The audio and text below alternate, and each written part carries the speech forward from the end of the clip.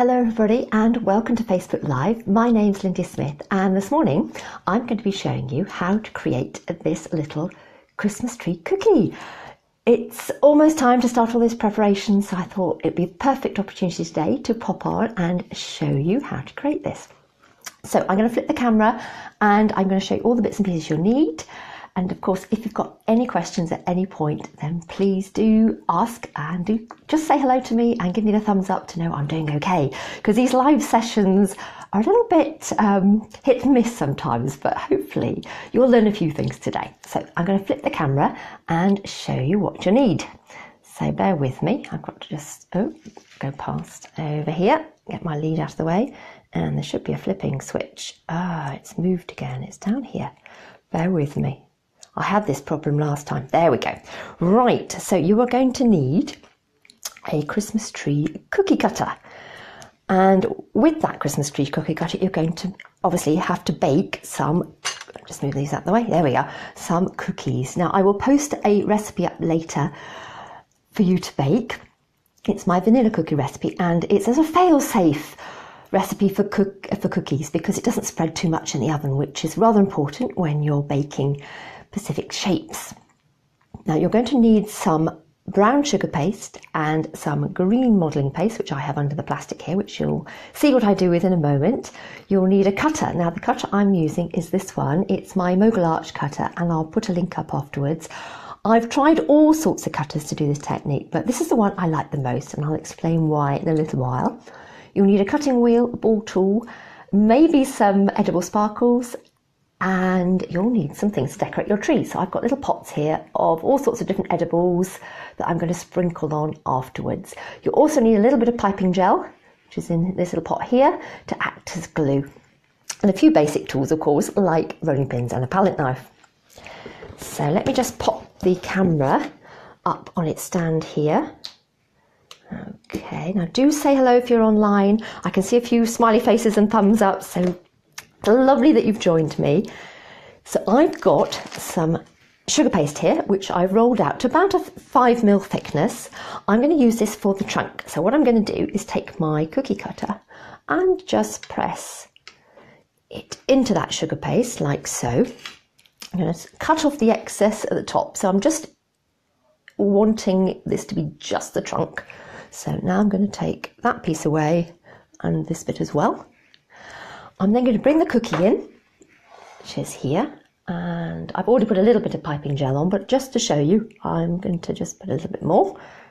Okay, now I use piping gel so that the cookie itself doesn't get soft once the sugar paste is on there. It helps prevent the moisture from the sugar paste going into the cookie itself. So I'm just going to pick that up and just take it off screen a moment. There we are. Okay, and pop that there. Now if I turn it around that way, you can hopefully see. I'm just going to press the sugar paste on. I'm going to make the edges round by using my fingers. And now I'm just going to use my palette knife to add some random lines to represent the bark of the tree, basically. Now these don't have to be completely parallel, and you can do as many or as few as you like, and then you can adjust it afterwards to give a bit of movement. So if I bring that up to the camera, you can see the lines. Now obviously tree bark is very different depending on the species of tree, but this is really just to represent the texture that you get on the bark of trees. So that's the start. Now you need to start making the greenery. Now I've got some branches, as you can see behind me. I'm going to show you how I've made those. So I'm going to just move this along a little bit, and I've got some modelling paste which I've rolled out. Now I've used 1mm spacers, and that's what these orange things are. They're 1mm spacers so that when I'm rolling with my rolling pin over the paste, it gives the paste an even thickness. As you can see, I've already done some cuts with this cutter. I'm going to add some more in. So for example, I'm going to go place it there, and I'm going to press down like so. Okay, and then the next thing, I'm going to put another one in here. I'm trying to fit as many as I can onto this piece of sugar paste, so I can't really maybe fit another one in there. I'll just press that in. Okay, now you probably notice that this is just giving me a line of shapes, and I need to complete the shape, and to do that I'm using a cutting wheel, which is this wonderful tool, and I'm going from one edge of the cut shape all the way across like that. Okay, now if you've got any questions, please ask, and do say hello. Tell me where in the world you're coming from. It's really interesting to know which part of the world is watching right now. And the last one down here. There we go. Right, now we need to remove the excess paste. So I'm going to lift the paste up. There we are. Oh, I've missed one. Did you spot that? I've missed this one here. So I'm just going to recut that, or cut it rather, like so. And finish taking all this away. Okay. Right, pop the paste to one side. Now what I'm going to do is to move this out of the way and bring in a foam pad. So I'm going to transfer all the pieces onto my foam pad, and you'll see why in a moment. It's because I'm going to frill them. So let me just pick everything up, and then I'll bring them into the centre, and you can see me frilling. Like so. There we go. This is why I need the ability to double speed, but Facebook Live, you can't, of course. Let me just move the spaces from underneath. Right, there we go. So next, what you need is a ball tool. Now, what the ball tool does is to thin these edges. So I'm going to start on this one, and I'm going to have the tool half on and half off the paste, and I'm going to press down onto the foam pad, and I'm going to go backwards and forwards like this. Now, I was teaching this technique on Friday, and my students, some of them started doing it backwards and forwards this way, and some of them were doing it like here, but not on the edge, because if I just go like that, you'll see it doesn't frill the edge. What is important is you go over the edge like that, so that you thin that edge and you frill it at the same time. So I'll do a few of these, and then you'll see how I pleat them to make the branches of the tree. Because at the moment, of course, they don't really look like branches, but they will, believe me. Now, this is a cookie that you probably won't want to make hundreds of. It's more a statement cookie, a decoration that you can put in the centre of a plate with other simpler cookies around. And I find with these more intricate cookies that actually the fewer you have, the more impressive they are. Okay, so I've done those 4 there. So hopefully if I turn them around, you can see that they're nicely frilled like that. So what I'm going to show you next is I'm going to show you how to pleat them. So if I pick this up like that, okay, and then I'm going to just pleat the paste like so. I'm hoping that's focusing. Yeah, and then I'm going to twist the ends together, and that creates the branch of the tree. And I'll do another one so you can watch that again. Now, these don't just have to be tree branches. I will share some photos later of how I've turned them into dresses, like the skirt of a dress, like a flamenco dancing dress. I've also used this on a cake from my Simply Modern wedding cake book, where I cover the bottom completely with these, and it's like an ombre effect. I'll do the last one, like so. Oops, get it on so you can see. There we are. And just make sure everything is squished together. So those are the branches. So what I'm going to do is show you how you attach them now to the tree. So we've got the tree there, and I've got the ones I made earlier, which I will bring in. Now, you can hopefully approximately see how I'm going to stick them. It's roughly tree shape here, so I'm starting with 3 or 4 on the bottom, 3, 2, 1, but we'll see what works on this particular cookie.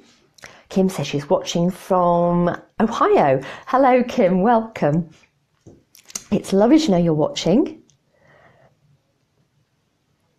Okay, what I'm adding now is some piping gel, and this is the glue I'm using to make sure everything sticks really nicely. So if I move those that way a little bit, there we are, you'll be able to see a little bit better.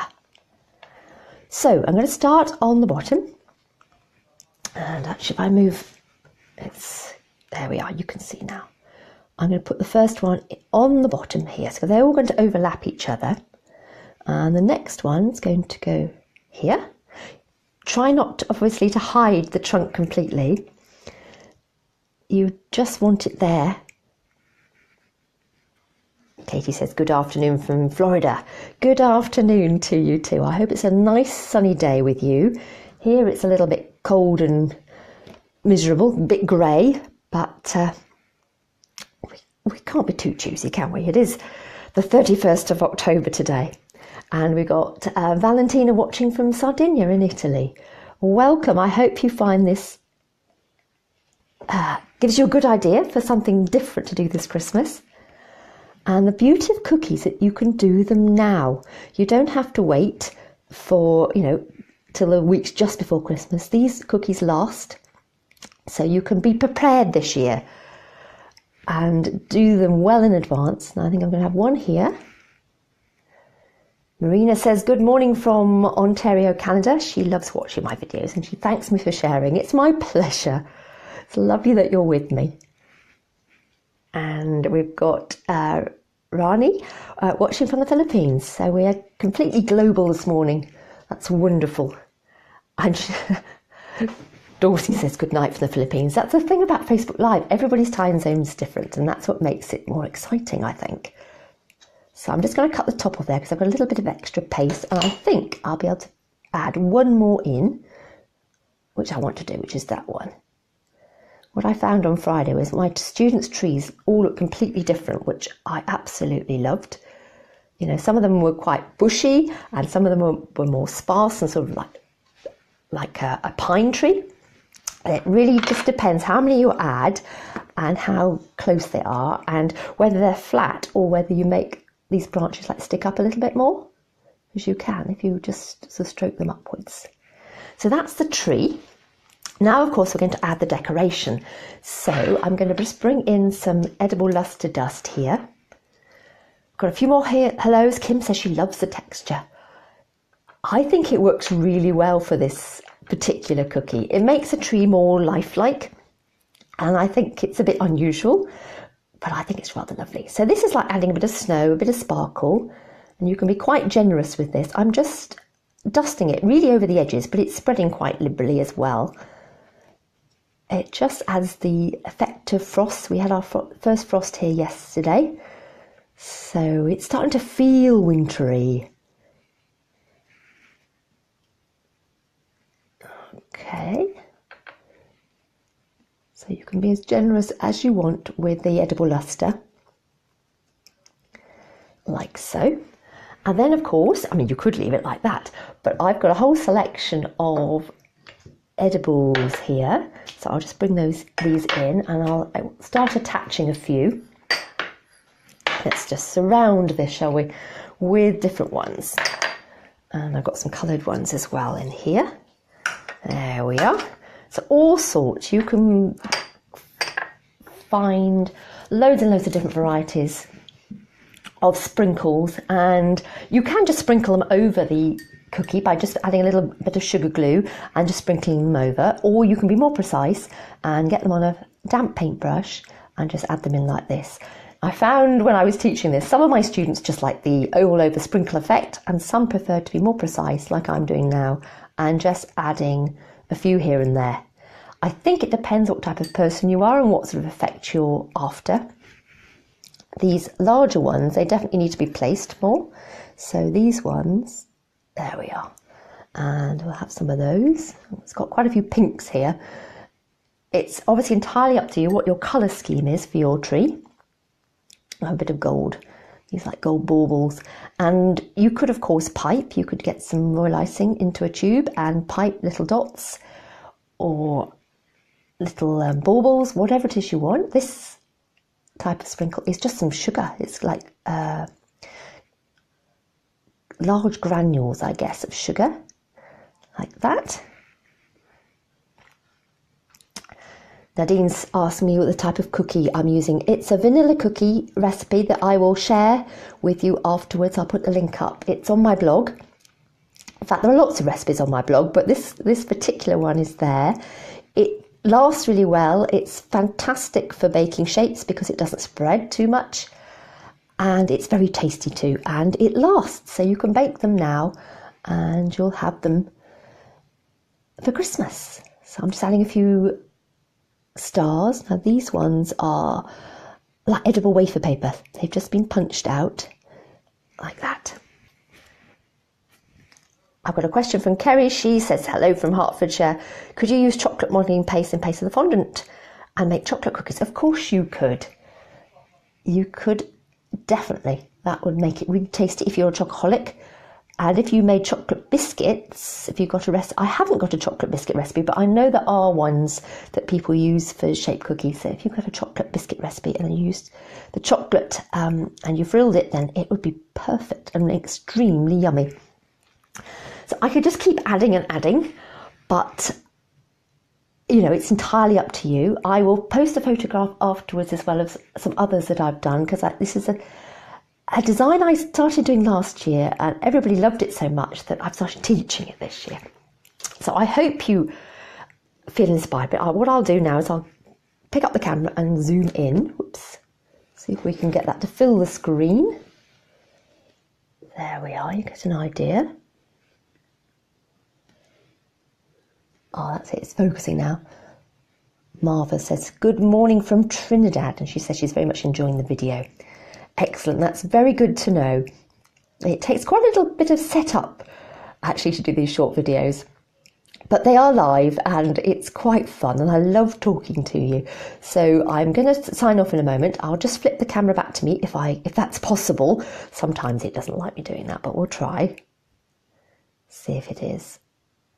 Do you know, it's not going to do that today. So I think we'll finish on the cookie itself, a nice close-up for you, and I'll pop on afterwards, give you those links I promised you, and I will continue to answer your questions.